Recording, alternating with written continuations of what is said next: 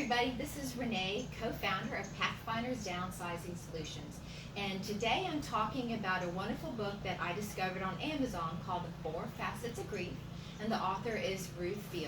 And I wanted to talk about the third facet of grief today, and it is mean making. And she has another great quote here that says, by Viktor Frankl, seems to be one of her favorites, "Life is never made unbearable by circumstances, but only by lack of meaning and purpose."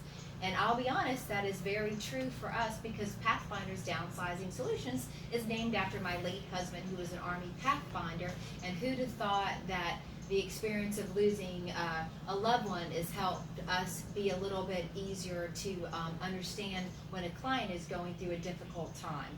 And so I wanted to talk about mean making as a facet of grief, because in the book we're talking about taking each rough stone and cutting another facet into it, so eventually you'll have this beautiful gem. So it's the categories of mean making are personal growth and lifestyle changes is one of them. And so you can think about maybe if it was something that you used to always go and like a particular band. You know, now with COVID you can't go see them, but when everything gets back to normal, and maybe you always loved them on the radio, and now maybe you'll decide, I'm going to take a road trip and go see them in concert, and maybe even watch them streaming on a virtual concert. Spirituality, you may have found that you have a little bit different connection with some type of a spiritual growth. You may want to look at different books, attend different services now that a loved one has passed. And maybe with your family bonds, you had good family relations and you've gotten stronger, or maybe things are a bit scattered, and you've chosen, now that you've had a loss, to really rekindle and strengthen that family unity and reach out to people that you kind of lost touch with. Maybe some philanthropic, volunteering. If maybe your loved one was an avid, let's say, dog lover, that you may decide to help your local pet charity and be a volunteer in memory of that loved one who's passing. And also just an opportunity to find some release from suffering. One of the most difficult things is that you're holding on to this horrendous loss.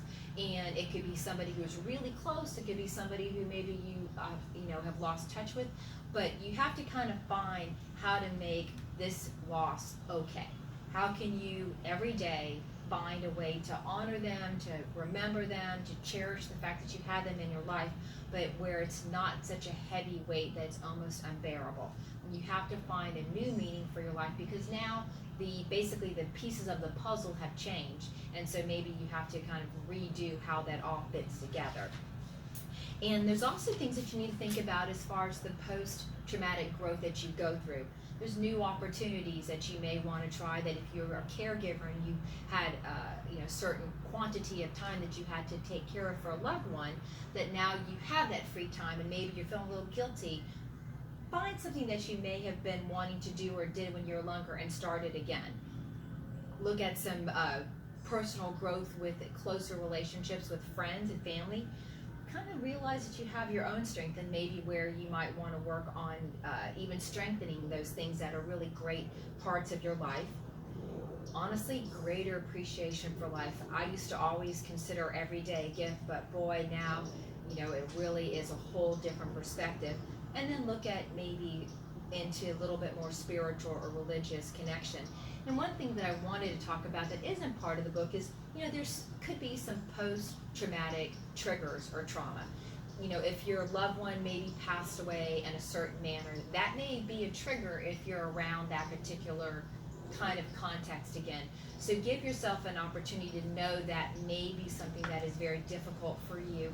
Think about how in that context you would be okay, and maybe even have a little bit of some armor up to make sure that it isn't something that really just digs deep, but do look at some opportunities to make yourself a little bit better in those tough situations. So if it's inevitably going to happen, that you are prepared for that set of circumstances. I know for me, when my husband passed away, it was very difficult to have the 21-gun salute, because I had been to some other military funerals.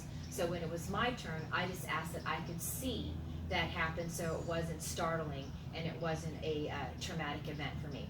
So, just think about things that you can do to make the experience a little bit better and some meaning for your life, and also the person that is now no longer, near and dear to you physically.